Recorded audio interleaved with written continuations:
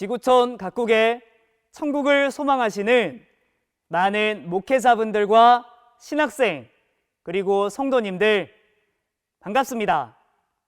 저는 사회를 맡은 유재혁입니다.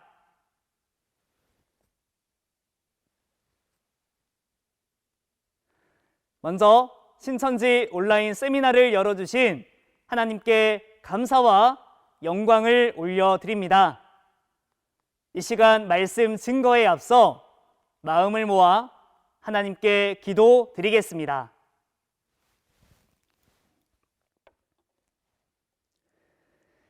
지극히 거룩하시고 감사하신 아버지 하나님, 오늘도 생명호흡 허락해 주심을 감사드립니다.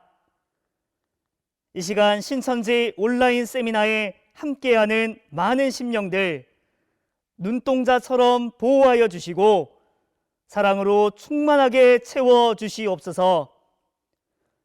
특별히 금번 세미나는 신천지의 총회장님과 입맞은 12지파의 센터 강사들이 천국비밀 비유와 실상을 만국 가운데 밝히 알리고 있습니다. 그 결과 세계 각국의 목사님들과 신학교에서는 신천지와 MOU를 맺어 하나 되고 있습니다. 이는 계시록 7장의 큰 환란에서 예수님의 피로 죄를 씻은 흰무리가 셀 수 없이 몰려오는 약속의 실체인 줄 믿습니다. 이 시간 아버지 하나님께 간절히 원하는 것은 계시록을 가감하고 천국 비밀을 알지 못하면 천국 백성이 될 수 없기에 오늘 이 시간 증거받는 모든 믿음의 가족들이 마음을 열고 말씀을 듣고 깨달아 하나님께 인정받는 신앙이 되게 하여 주시옵소서. 증거하는 강사님의 입술을 주관하여 주시고 전하는 자나 받는 자나 하늘의 은혜로 많은 열매 맺어 하나님께 영광 올릴 수 있도록 함께하여 주시옵소서. 모든 것 하나님께 감사 영광 올려드리며 우리 죄를 대속해 주신 예수님의 이름으로 기도드렸습니다. 아멘.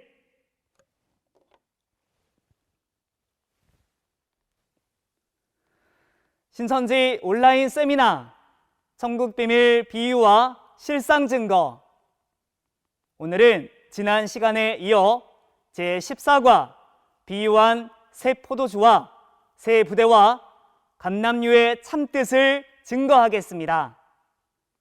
이 시간 증거되는 말씀을 통해 우리가 먹어야 할 참 양식이 무엇인지, 그 양식은 누구를 통해 먹을 수 있는지 확실히 깨달아 하나님께 복받는 여러분들 되시길 바랍니다. 오늘 하나님의 말씀을 증거해 주실 베드로 지파 강구영 강사님을 모시겠습니다. 천국과 영생을 소망하시는 지구촌 각국 목회자분들과 신학생 그리고 성도님들 반갑습니다.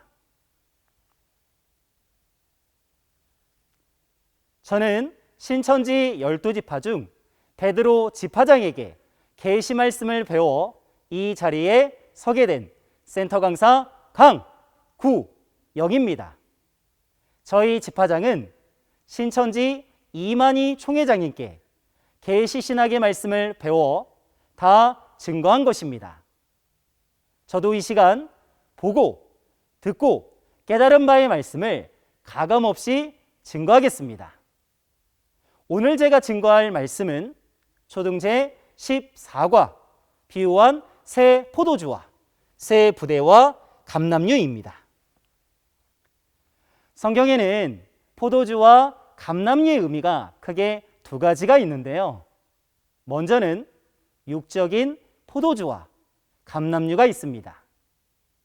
포도주는 이스라엘 백성들이 혼인 잔치집에서 즐겨 먹었던 대표적인 음식이었으며, 감람류는 모세의 장막에서 어둠을 밝히는 등불에 사용되어졌던 기름이었습니다. 이러한 육적인 특성을 빙자한, 비유한 포도주와 감람류의 의미는 무엇일까요?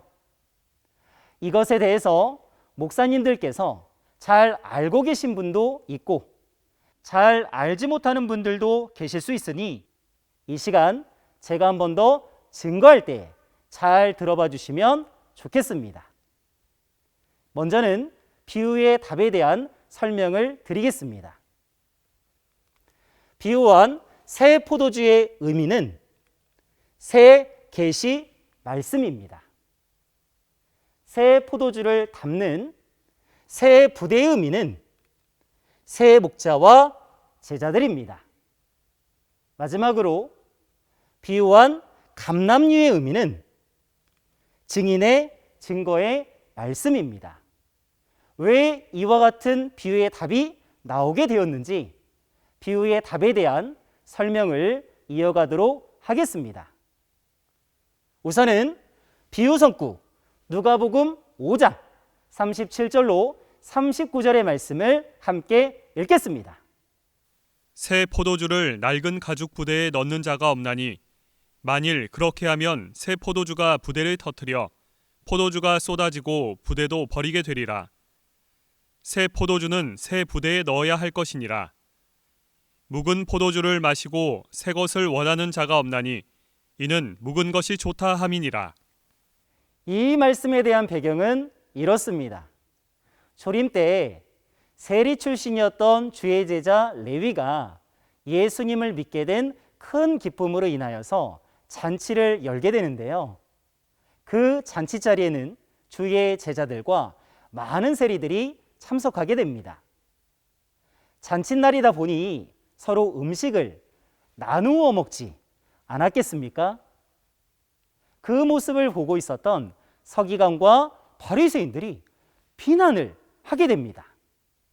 어찌하여 죄인들과 세리들과 음식을 나누어 먹느냐는 것이죠. 이에 대해서 예수님께서 비유로 주셨던 말씀이 누가복음 5장 37절로 39절의 말씀이 되겠습니다. 내용을 보니 새 포도주를 낡은 가죽 부대에 넣는 자가 없나니 만일 그렇게 하면 새 포도주가 부대를 터뜨리게 되고 포도주가 쏟아지고 부대도 버리게 된다라고 합니다. 또한 새 포도주는 새 부대에 넣어야 한다라고 합니다. 사람들은 묵은 포도주를 마시고 새 것을 원하는 자가 없다고 합니다. 여러분들은 이 말씀에 대해서 어떻게 생각하십니까? 예수님께서 포도주와 부대를 걱정하셔서 이 말씀을 하셨을까요? 아니면 사람들이 새 포도주를 원치 않는다라고 하니 새 포도주를 알려주기 위해서 이 말씀을 하셨을까요? 이 의미를 이해하기 위해서는 먼저 비유한 포도주의 의미가 무엇인지, 비유한 부대의 의미가 무엇인지를 알아봐야 하겠습니다. 먼저는 비유한 포도주는 그 육적인 특성이 포도나무에서 나는 포도를 통해서 얻게 되는 것입니다. 비유한 포도주의 의미를 이해하기 위해서는 이 포도주가 나오는 비유한 포도나무에 대해서부터 알아봐야 하겠습니다.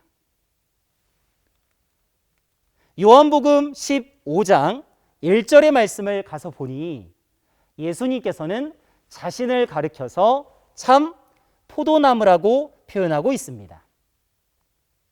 또한 이사야서 5장 7절에서는 포도원은 이스라엘 족속이요 포도나무는 유다 사람이다 라고 말하고 있습니다. 두 가지의 성구를 통해서 보니 비유한 포도나무의 의미는 목자와 선민입니다.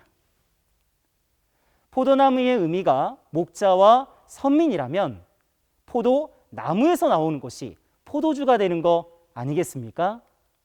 이번에는 비유한 포도주의 의미를 함께 살펴볼 텐데요. 이사야서 55장 1절로 3절의 말씀을 함께 읽겠습니다. 너희 목마른 자들아 물로 나아오라. 돈 없는 자도 오라. 너희는 와서 사 먹되 돈 없이 값없이 와서 포도주와 젖을 사라. 너희가 어찌하여 양식 아닌 것을 위하여 은을 달아주며 배부르게 못할 것을 위하여 수고하느냐. 나를 청종하라. 그리하면 너희가 좋은 것을 먹을 것이며 너희 마음이 기름진 것으로 즐거움을 얻으리라. 너희는 귀를 기울이고 내게 나와 들으라. 그리하면 너희 영혼이 살리라. 내가 너희에게 영원한 언약을 세우리니 곧 다윗에게 허락한 확실한 은혜니라.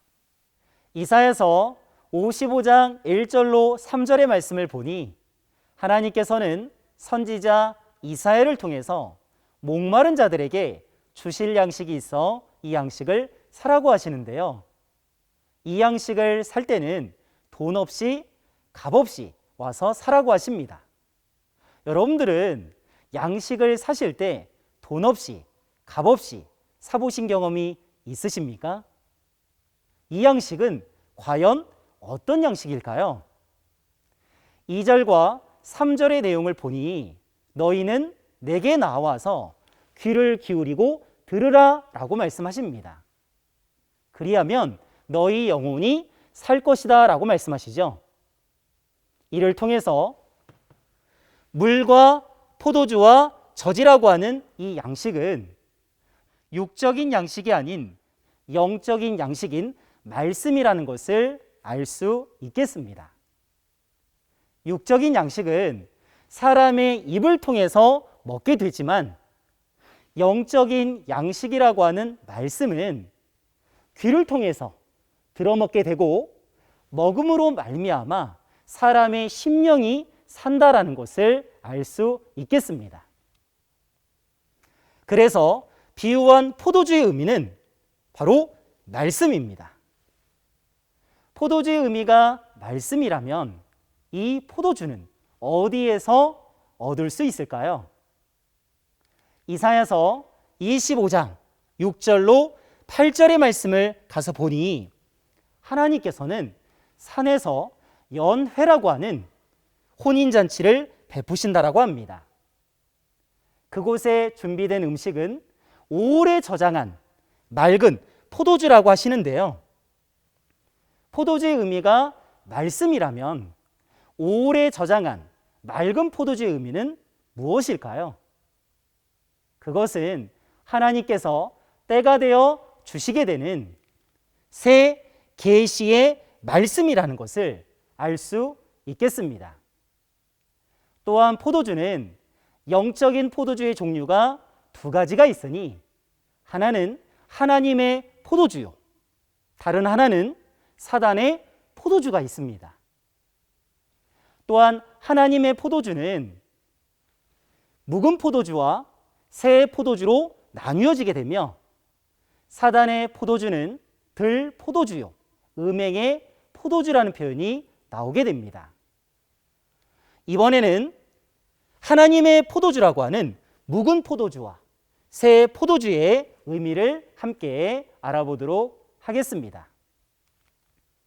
초림의 때에 묵은 포도주와 새 포도주가 나오게 되니 그 의미를 이해하기 위해서 누가복음 16장 16절의 말씀을 보게 되면 율법과 선지자는 세례 요한 때까지요. 그 이후부터는 하나님 나라의 복음이 전파된다라는 표현이 나오게 됩니다. 하나님의 나라가 천국이 되는 거 아니겠습니까? 천국의 복음이 전파되기 이전에 오랜 세월 동안 증거 전파되었던 말씀이 모세 율법이었다면 이 모세 율법이 묵은 포도주라 할 수 있겠으며 그 이후에 전파되는 천국 복음은 새 포도주라고 할 수 있겠습니다.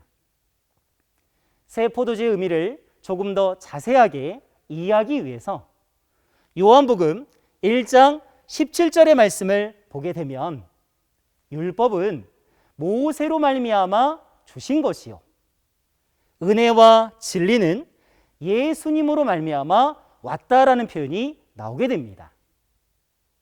예수님을 통해서 진리의 말씀이 나오기 이전에 오랜 세월 동안 증거되었던 그 모세의 율법이 묵은 포도주라 할 수 있겠으며, 예수님을 통해 나온 그 진리의 말씀이 새 포도주라고 할 수 있겠습니다. 구약의 예언의 말씀은 때가 되어서 초림 때 예수님을 통하여서 열린 바 되었고 계시되어서 증거되었습니다.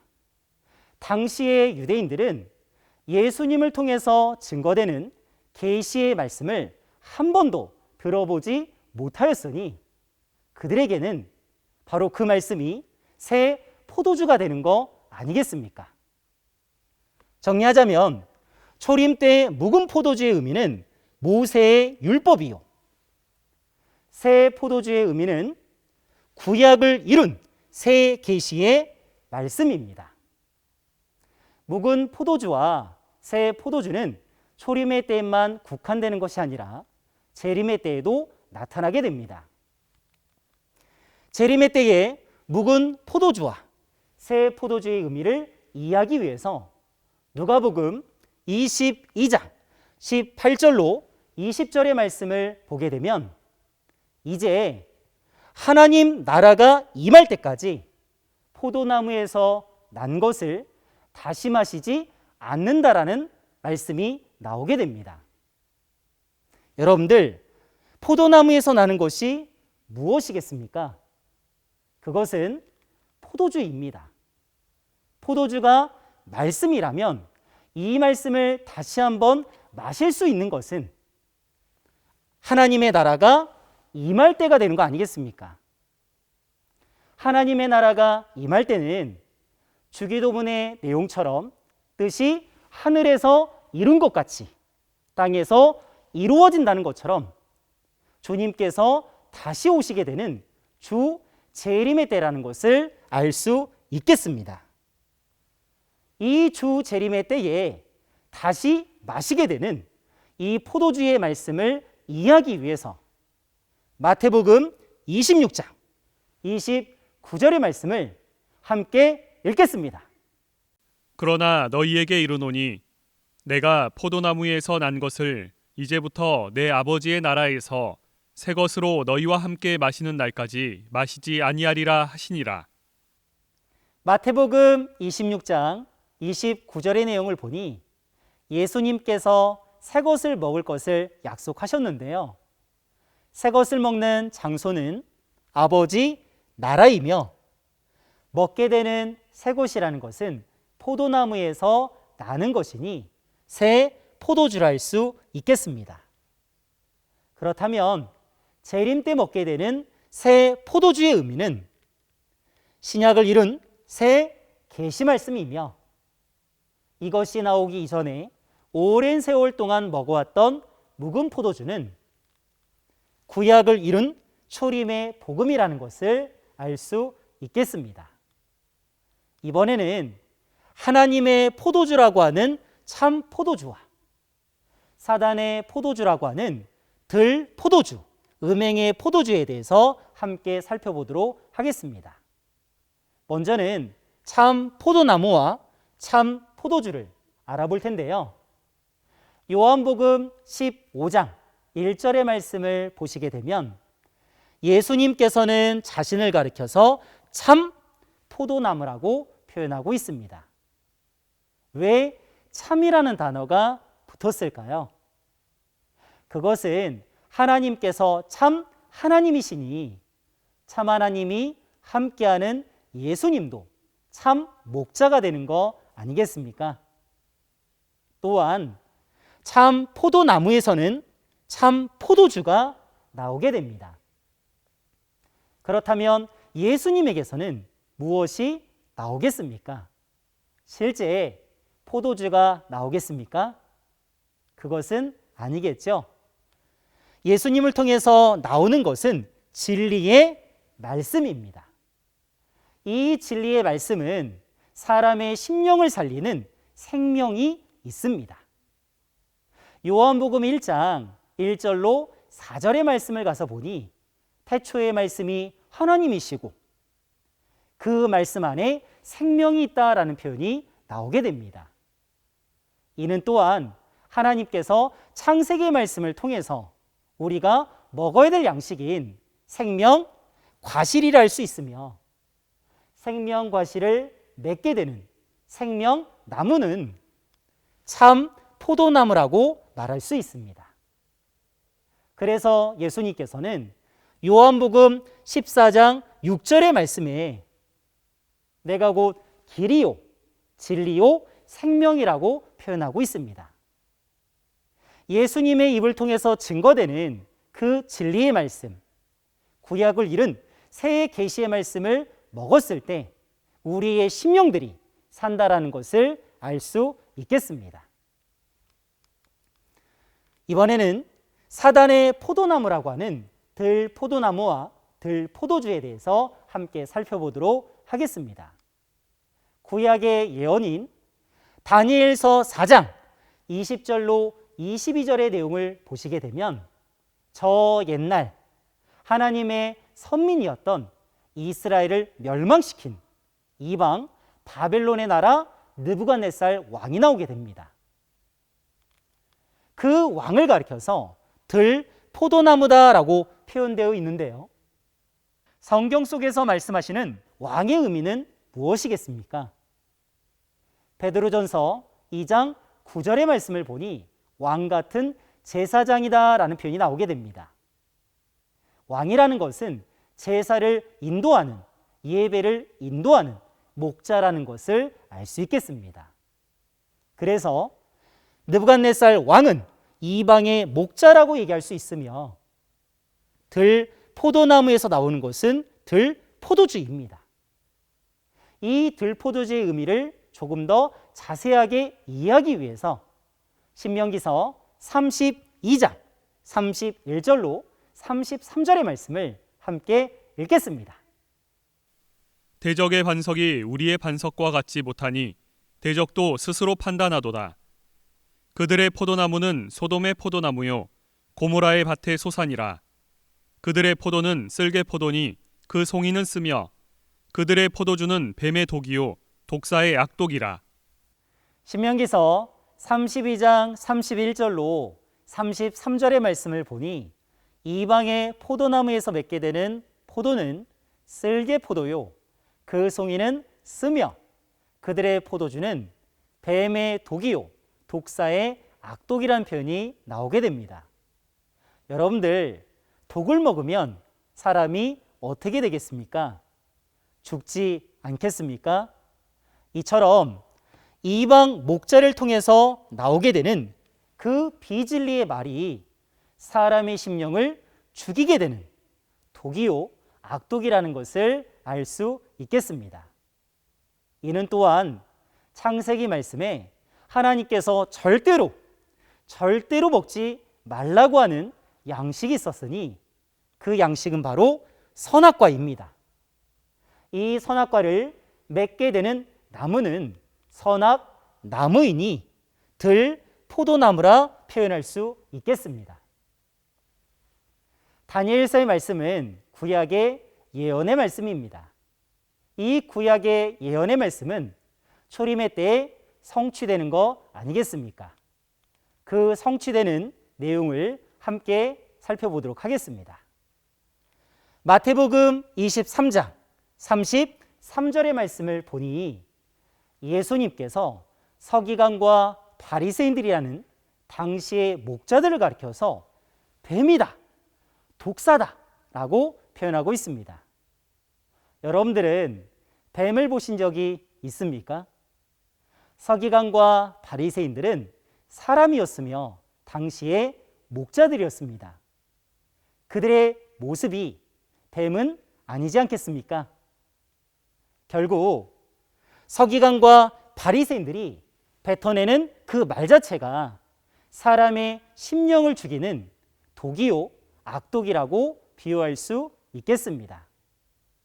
더 나아가서 예레미야 51장 7절의 말씀을 보게 되면 바벨론은 여호와의 수중에 온 세계로 취케하는 금잔이라는 표현이 나오게 됩니다. 그 금잔 속에는 포도주가 담겨 있으니 이 포도주는 바벨론산 포도주라고 표현할 수 있겠죠.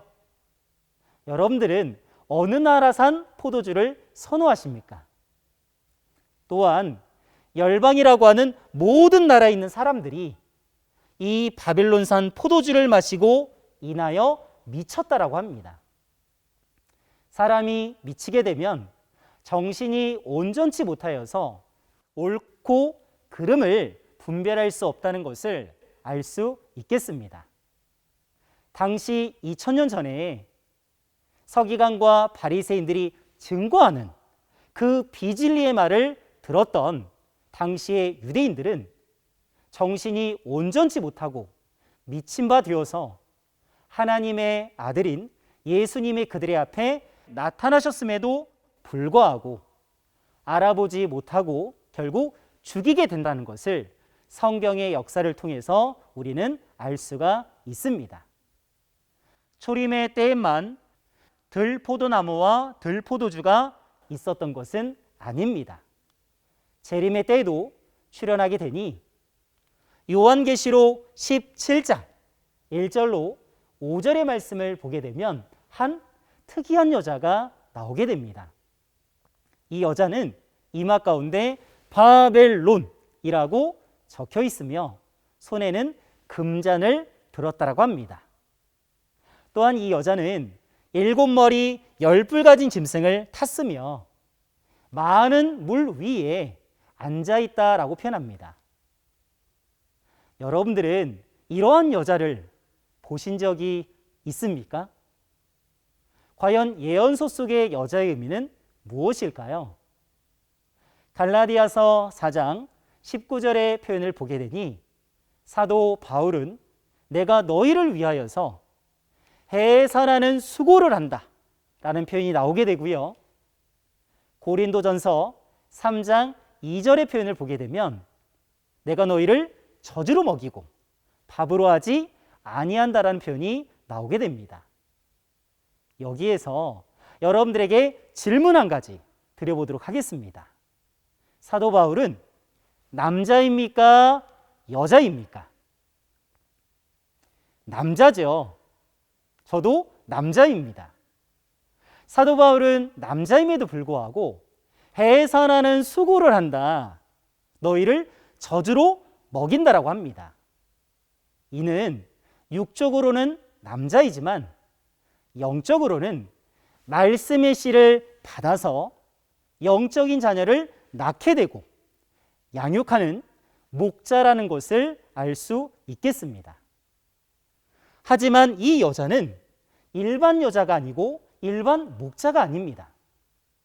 음녀입니다. 음녀는 음행한 여자를 말하는 거 아니겠습니까? 음행했다는 것은 하나님과 교제한 것이 아니라 사단의 신과 교제했으니 이 음녀는 하나님의 목자가 아니요 사단의 거짓 목자라는 것을 알 수 있겠습니다. 또한 이 음녀는 손에 금잔을 들고 있고 그 안에는 음행의 포도주가 담겨 있다고 합니다.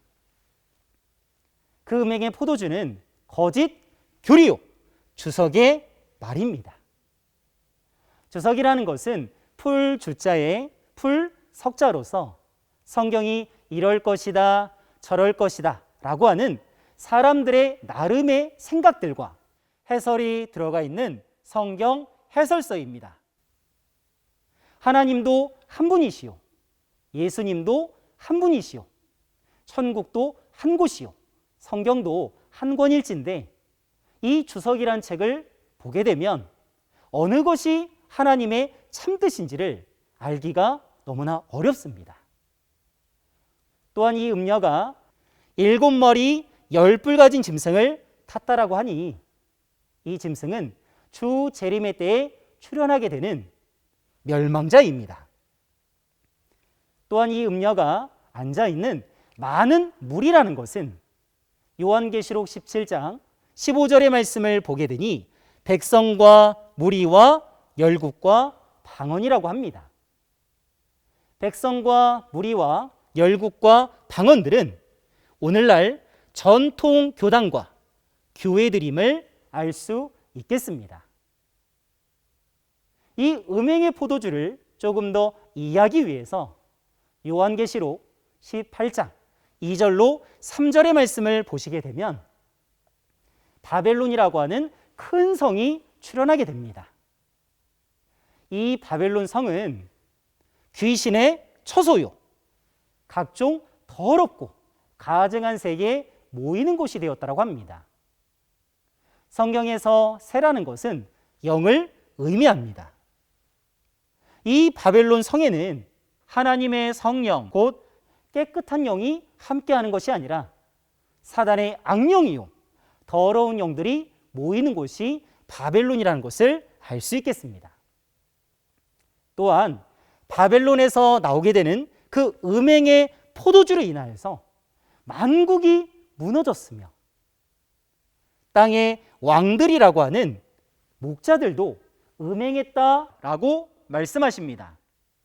바벨론산 음행의 포도주는 사람의 심령을 죽이는 거짓 교리요, 주석의 말이라는 것을 알 수 있습니다. 더 나아가서 23절에서는 바벨론의 복술로 인하여서 만국이 미혹을 당했으며 심지어 마귀와 결혼까지 했다라고 말씀하십니다. 우리는 신랑 대신 예수님과 결혼해야 되는 거 아니겠습니까? 하지만 만국이 마귀와 결혼했다라고 합니다. 저와 여러분들은 이 만국 가운데 들어가 있지 않습니까? 하나님과 예수님께서 이 말씀을 우리들에게 주신 것은 재림 때에 절대로 먹지 말아야 될, 경계해야 될 이 음행의 포도주를 알려주시기 위해서 말씀해 주셨다는 것을 반드시 아셨으면 좋겠습니다. 지금까지 알아보았던 말씀을 중간 정리해 보도록 하겠습니다. 초림의 때 우리가 먹어야 될 새 포도주의 말씀은 구약을 이룬 새 계시 말씀으로 하늘 복음입니다. 새 포도주의 말씀이 나오기 전에 오랜 세월 동안 먹어왔던 그 묵은 포도주는 모세 율법입니다. 초림 때 절대로 먹지 않아야 할 사단의 음행의 포도주는 바리새인과 제사장이 주는 말입니다. 중요한 것은 저와 여러분들이 살아가고 있는 이 재림 때가 되는 거 아니겠습니까? 재림 때 우리가 반드시 먹어야 될 새 포도주의 말씀은 신약을 이룬 새 계시 말씀이요, 요한계시록 10장의 표현을 보니 하늘에서 내려오는 한 천사가 펴놓인 작은 책이라고 하는 계시 말씀을 가져오게 됩니다.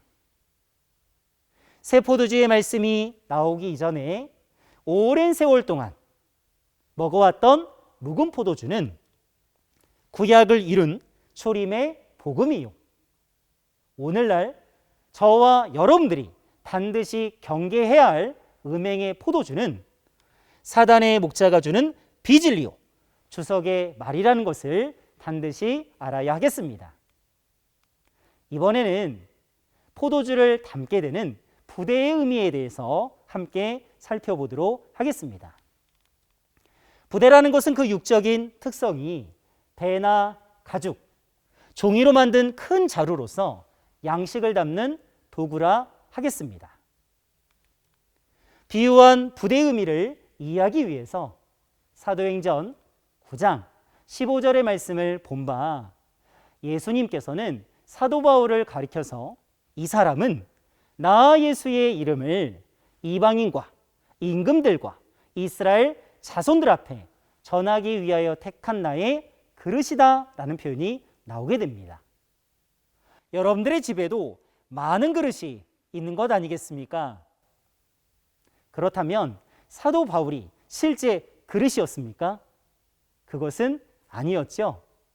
육적인 양식을 그릇에 담듯이 하나님의 말씀이라고 하는 양식을 사도 바울의 마음 가운데 담았으니 그 사도 바울이 또한 그릇이라 비유할 수 있겠죠. 비유한 부대의 의미는 사람의 마음입니다. 이 영적인 부대는 두 종류가 있으니 하나는 낡은 부대요, 하나는 새 부대가 있습니다. 조림의 때에 낡은 부대와 새 부대의 의미를 함께 살펴보도록 하겠습니다. 부대의 의미를 알기 위해서는 부대 속에 담기게 되는 포도주의 의미를 이해한다면 쉽게 이해할 수가 있습니다. 누가복음 5장 37절로 39절의 말씀을 본 바 초림 때 묵은 포도주는 모세의 율법이요, 새 포도주는 구약을 이룬 새 계시 말씀입니다. 모세의 율법이 묵은 포도주라면 이 묵은 포도주를 담고 있는 사람들이 낡은 부대가 되는 거 아니겠습니까?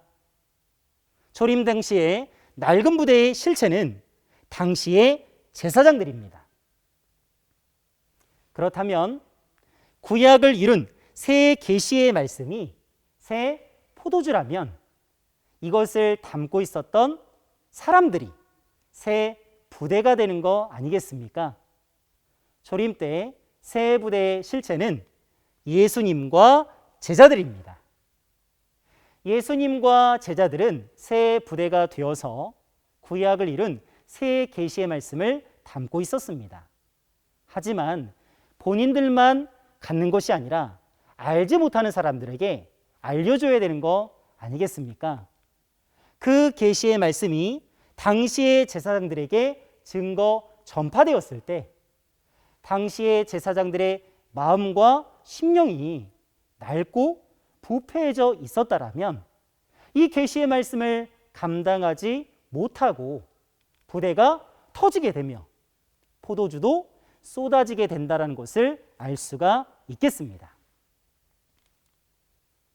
또한 예수님과 제자들만이 초림 때 새 부대였던 것은 아니었습니다. 대표적으로 바울이라는 사람이 있었으니 빌립보서 3장 4절로 9절의 말씀을 보시게 되면 이 바울은 율법의 의로는 흠이 없었고 열심으로 교회를 핍박하는 자였다라고 얘기하고 있습니다. 하지만 바울은 다메섹으로 가는 도상 가운데서 예수님을 만남으로 말미암아 오랜 세월 동안 귀하게 여겼었던 그 모세의 율법을 배설물처럼 버렸다고 말씀하고 있습니다. 오랜 세월 동안 귀하게 여겼던 이 모세의 율법이 묵은 포도주라 할 수 있겠으며 예수님을 알게 된 그 지식, 그 계시의 말씀이 새 포도주라 할 수 있겠습니다.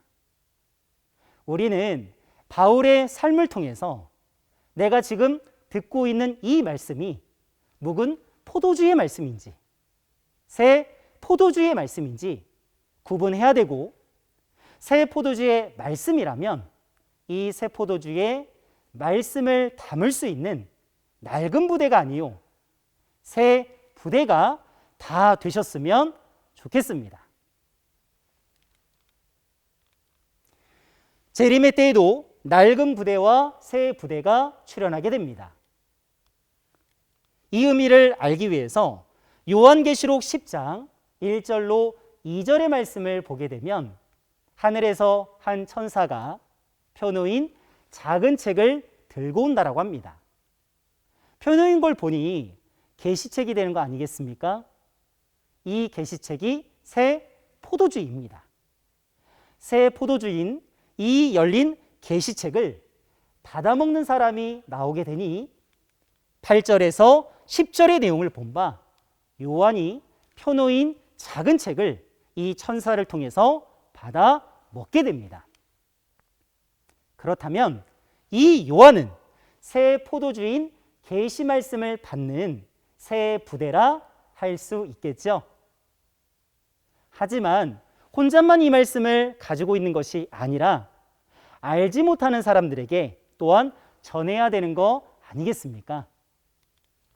11절의 말씀을 가서 보니 백성과 나라와 방언과 임금들에게 다시 예언한다고 말씀하십니다. 백성과 나라와 방언과 임금들이 이 요한이라고 하는 목자를 통해서 계시의 말씀을 전해 듣는다면 이들 또한 새 부대라 얘기할 수 있겠죠. 새 부대의 출현에 대해서 요한계시록 5장 9절로 10절에서는 새 노래가 불린다라고 합니다. 새 노래의 내용을 들어보니 예수님의 피로 산 나라와 제사장들이 출현하게 됩니다. 예수님의 피는 무슨 의미일까요? 누가복음 22장의 내용을 보니 예수님께서는 제자들과 유월절을 기념하시면서 포도주가 담겨있는 잔을 드시고 이 잔은 내 피로 세우는 새 언약이다 라고 말씀하고 있습니다. 결국 예수님의 피라는 것은 새 포도주임을 말하고 있으며 이 새 포도주를 먹게 되는 족속과 방언과 백성과 나라 가운데서 나오는 사람들이 하나님의 나라와 제사장이라는 것을 알 수 있겠습니다. 재림의 때의 낡은 부대와 새 부대의 실체를 함께 알아보도록 하겠습니다. 이것을 알기 위해서는 부대에 담기게 되는 포도주를 알면 될 텐데요. 재림 때 묵은 포도주는 구약을 이룬 초림의 복음이요. 새 포도주는 신약을 이룬 새 계시 말씀입니다. 구약을 이룬 초림의 복음이 묵은 포도주였다라면 이것을 담고 있었던 낡은 부대는 오늘날 전통 교회의 목자들이 할 수 있겠습니다. 또한 신약을 이룬 새 계시 말씀이 새 포도주라면 새 포도주를 담고 있었던 새 부대는 누가 되겠습니까? 그것은 약속의 목자 새 요한과 12지파 새 제사장들입니다. 약속의 목자 새 요한과 12지파 새 제사장들이 이 계시의 말씀을 가지고 있습니다. 하지만 알지 못하는 사람들에게 또한 전해야 되는 거 아니겠습니까? 이들을 통해서 전통교회의 목자들이 계시의 말씀을 받았을 때 그 마음과 심령이 낡고 부패해져 있었다면 이 계시의 말씀을 감당하지 못하고 부대가 터지게 되며 포도주도 땅에 쏟아진다는 것을 알 수 있겠습니다. 전해드린 말씀을 중간 정리해 보겠습니다. 초림 때 새 부대의 실체는 예수님과 제자들입니다. 또한 낡은 부대는 당시의 제사장들이며 중요한 것은 저와 여러분들이 살아가는 이 재림의 때 새 부대의 실체는 약속의 목자 새 요한과 12지파 새 제사장들입니다. 또한 재림의 때 낡은 부대는 오늘날 전통교회의 목자들이라 할 수 있겠습니다. 지금까지 비유한 포도주의 의미와 포도주가 담기는 비유한 부대의 의미를 함께 살펴보았습니다. 이번에는 비유한 감람류의 의미를 살펴볼 텐데요. 먼저는 비유성구 요한계시록 6장 6절의 말씀을 함께 읽겠습니다. 내가 네 생물 사이로서 나는 듯하는 음성을 들으니 가로되 한 데나리온의 밀 한 대요 한 데나리온의 보리 석 대로다. 또 감람류와 포도주는 해치 말라 하더라. 요한계시록 6장 6절의 내용을 보니 네 생물이라는 존재가 출현하게 됩니다. 네 생물은 전쟁과 심판을 담당하고 있는 하늘의 네 천사장들인데요. 이들이 출현하게 된 것은 심판의 일을 이루기 위함이었고, 이것을 알릴 말씀이 요한계시록 6장이라 할 수 있겠습니다. 내용을 보니 감람류와 포도주는 해치 말라라고 말합니다. 포도주에 대해서는 저희가 함께 알아보았으니 이번에는 비유한 감람류의 의미를 함께 상고해 보도록 하겠습니다. 감람류는 그 육적인 특성이 감람 나무에서 맺게 되는 감람 열매를 통해서 얻게 되는 것입니다. 이 의미를 이해하기 위해서 레위기서 24장 1절로 4절의 말씀을 보시게 되면 모세 때 장막의 어둠을 밝혔었던 7 순금등대가 있었습니다. 이 순금등대를 밝힐 때 사용되었던 기름이 바로 감람류입니다. 또한 스가랴서 4장 1절로 4절의 말씀을 보니 스가랴가 환상을 보게 됩니다. 그 환상 가운데서 7 순금등대를 보게 되는데요. 그 의미를 천사에게 물어보게 됩니다. 천사가 답변하기를 7 순금등대는 하나님의 7 눈이라고 얘기합니다. 성경에서 눈이라는 것은 영을 말하고 있습니다. 즉 모세도 하늘에 있는 7 영들의 모습을 보고 이 땅에 만드는 것이 7 순금등대입니다. 또한 11절로 14절의 말씀을 보게 되면 7 순금등대 좌우편에 2 감람나무가 보였습니다. 이 2 감람나무에 대해서도 천사에게 물어보게 됩니다. 천사가 답변하기를 2 감람나무는 기름 발리운 자 둘이라고 말합니다. 기름을 발리웠다는 것은 주님께 특별히 택함받아서 구분된 사람이란 의미입니다.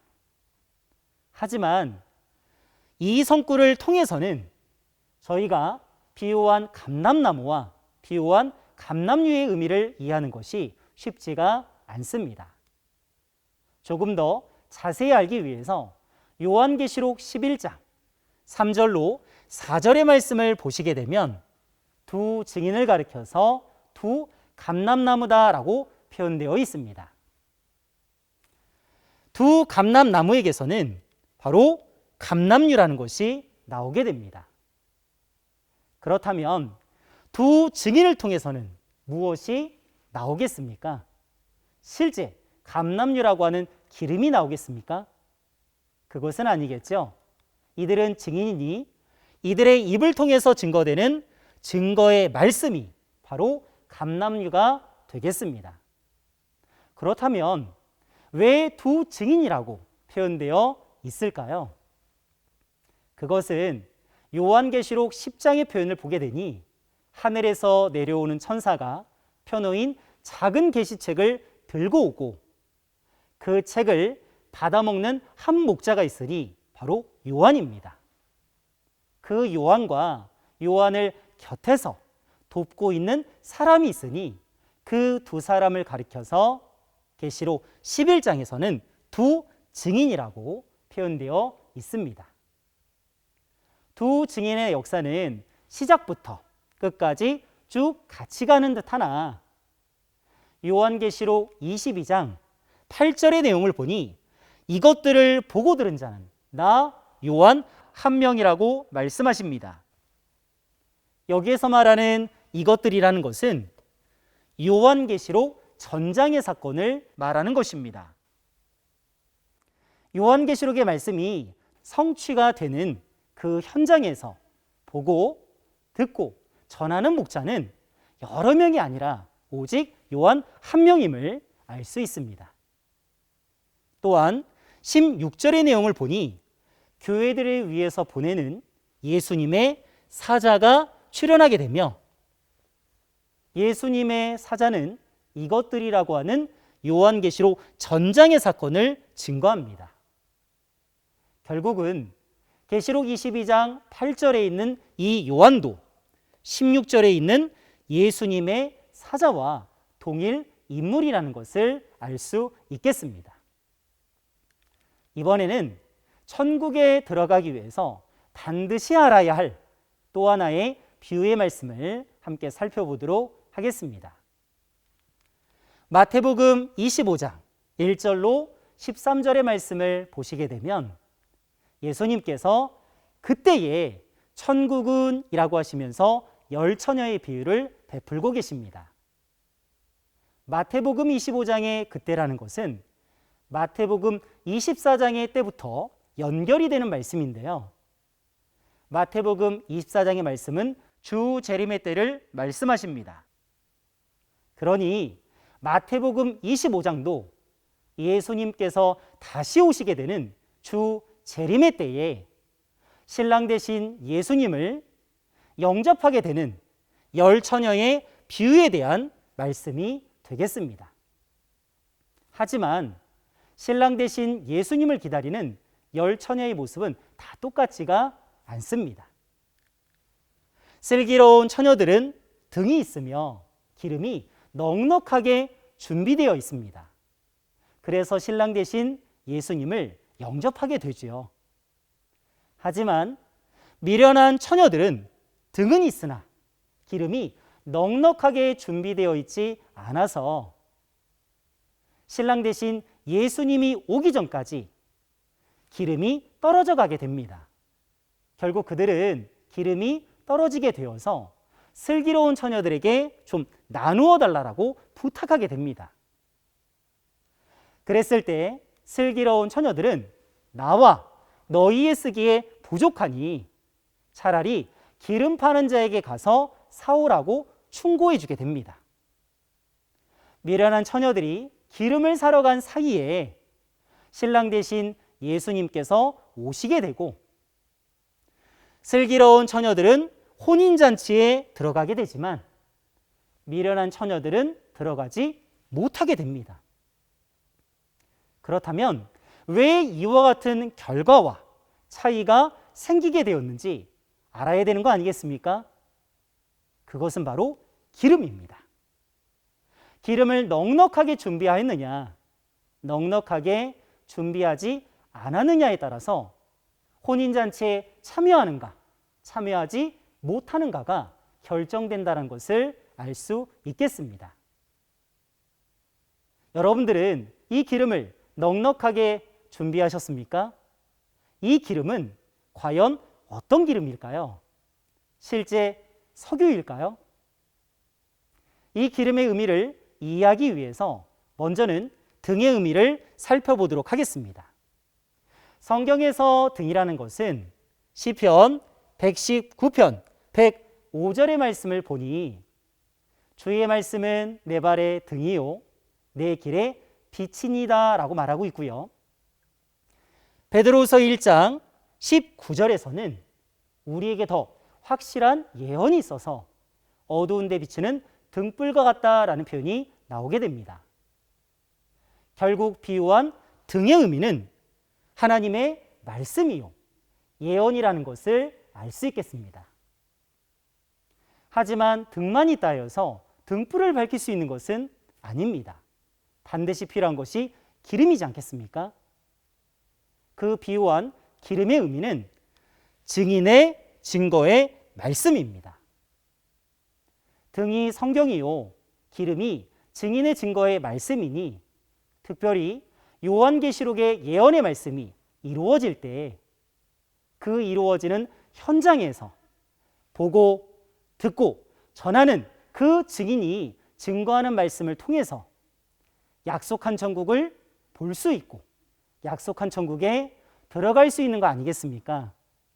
이는 마치 어둠 가운데서 등불을 밝힘으로 말미암아 그 가는 길이 밝히 보여지듯이 예언의 말씀이 이루어지는 그 계시록의 성취의 현장에서 증인이 증거하는 증거의 말씀을 통해서 약속한 천국을 발견할 수 있고 들어갈 수 있다는 것을 반드시 알아야 하겠습니다. 미련한 처녀들은 슬기로운 처녀들에게 기름을 좀 나누어 달라고 부탁했었습니다. 그랬을 때 슬기로운 처녀들은 기름 파는 자에게 가서 사오라고 충고하게 됩니다. 그렇다면 과연 기름 파는 자는 누구이며 기름을 파는 곳은 어디겠습니까? 이 기름이 실제 석유라면 석유를 얻을 수 있는 곳은 주유소가 되는 거 아니겠습니까? 예수님께서 주유소를 알려주기 위해서 이 비유의 말씀을 하신 것은 아닙니다. 결국 기름 파는 자는 예수님의 증인입니다. 예수님의 증인을 반드시 만나셔서 이 기름을 넉넉하게 준비하여 신랑 되신 예수님을 만나실 수 있는 천국 자녀들이 다 되셨으면 좋겠습니다. 지금까지 살펴본 모든 말씀을 총 정리해 보도록 하겠습니다. 주 재림의 때인 오늘날에 비유한 새 포도주는 신약을 이룬 새 계시 말씀이요, 새 부대는 약속의 목자 새 요한과 12지파 새 제사장들입니다. 우리는 묵은 포도주와 음행의 포도주는 비워내고 새 포도주를 담는 새 부대가 되었으면 좋겠습니다. 비유한 감람나무는 증인이요, 감람류는 증인의 증거의 말씀입니다.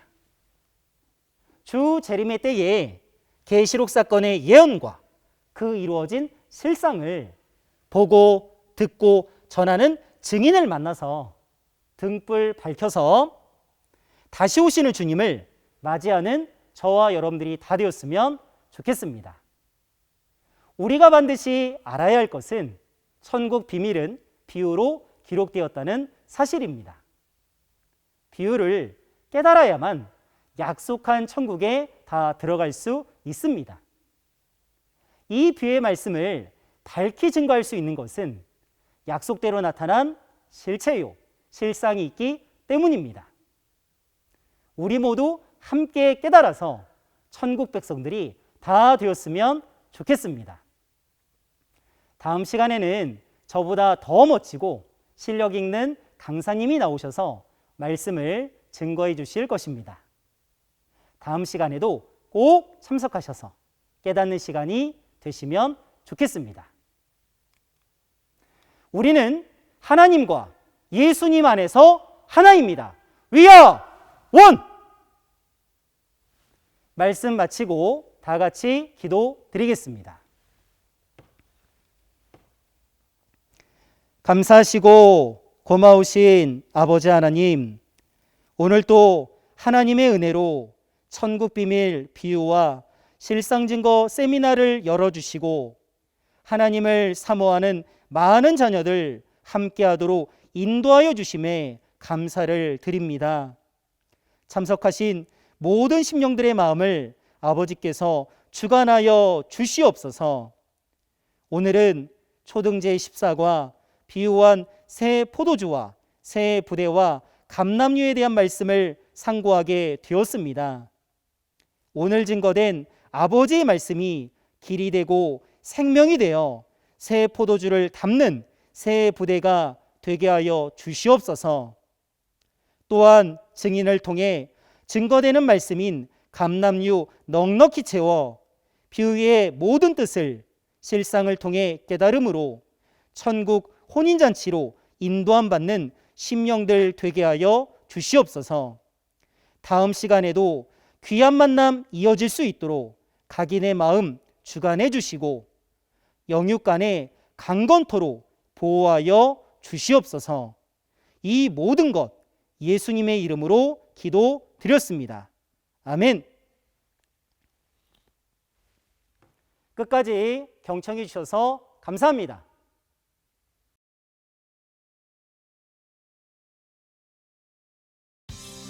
그런데 성경의 예언서에는 이러한 육적인 것들을 비유한 영적인 산, 돌, 우상도 나오는데요. 이것의 참뜻은 무엇일까요? 우리는 어느 산으로 가야 될까요? 구원의 산으로 가야 되겠죠? 그러면 구원의 산은 또 어떤 산일까? 너무 궁금합니다. 우리 예수님의 말씀을 들어볼까요? 그렇다면 이 심판하는 힘도를 받은 이긴 자는 누구일까요? 신천지 온라인 세미나 천국 비밀 비유와 실상 증거. 오늘은 제14과 비유한 새 포도주와 새 부대와 감람류에 대해 함께하였습니다. 지구촌 저녁에 함께 이 말씀을 듣고 계시는 목사님들, 하나님을 믿는 성도님들, 우리는 같은 하나님 아래 같은 성경의 말씀을 보고 있습니다. 인종과 언어와 나라는 달라도 하나님의 말씀을 사모하는 진심은 같으며 하나님의 진리의 말씀은 오직 하나인 줄 믿습니다. 저희 신천지 12지파는 전 세계 모든 사람들과 진리의 말씀을 함께 나누고 죄와 법이 없는 자유와 평화와 사랑의 천국에서 하나님 모시고 신앙하고 싶습니다.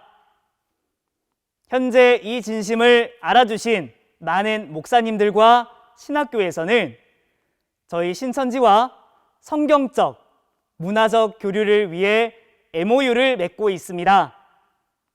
저희 신천지는 말씀을 사모하는 모든 분들에게 열려 있습니다. 이 세미나를 통해 간절한 마음으로 저희와 함께 MOU 맺기를 원하시는 목사님들은 대표 전화로 연락을 주시면 언제든 함께 할 수 있습니다. 끝으로 자리를 빛내주신 전 세계 목사님들과 성도님들에게 다시 한번 진심으로 감사드립니다. 다음 시간 계속 이어지는 말씀도 끝까지 함께 해주시기를 부탁드리겠습니다.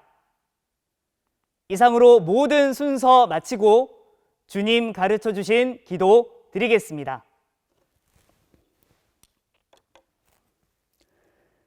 하늘에 계신 우리 아버지여, 이름이 거룩히 여김을 받으시오며 나라의 임하옵시며 뜻이 하늘에서 이룬 것 같이 땅에서도 이루어지이다. 오늘날 우리에게 일용할 양식을 주옵시고 우리가 우리에게 죄 지은 자를 사하여 준 것 같이 우리 죄를 사하여 주옵시고 우리를 시험에 들게 하지 마옵시고 다만 악에서 구하옵소서. 나라와 권세와 영광이 아버지께 영원히 있사옵나이다. 아멘.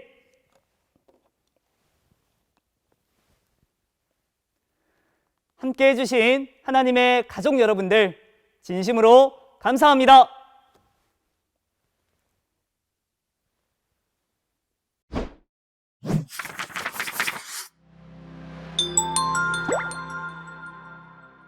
하나님과 사람이 다시 만나는 곳, 말씀 광장 그랜드 오픈. 먼저 이제 막 신앙을 시작한 분들을 위한 다양한 안성맞춤 영상들, 종류별로 가득하니 고르기만 하세요. 목사님들도 반한 온라인 세미나, 온라인 세미나의 심도 있는 강의를 함께 들어보세요. 핫하다 핫해! 요즘 안 해본 사람이 없다는 유형 테스트, 몰입감 높은 다양한 테스트가 준비되어 있습니다. 이외에도 웹툰, 캘리그라피, 찬양 등 신앙인들의 마음을 활짝 열어줄 다양한 문화 콘텐츠까지 없는 게 없는 말씀 광장에 여러분을 초대합니다. 검색창에 말씀 광장을 검색하세요.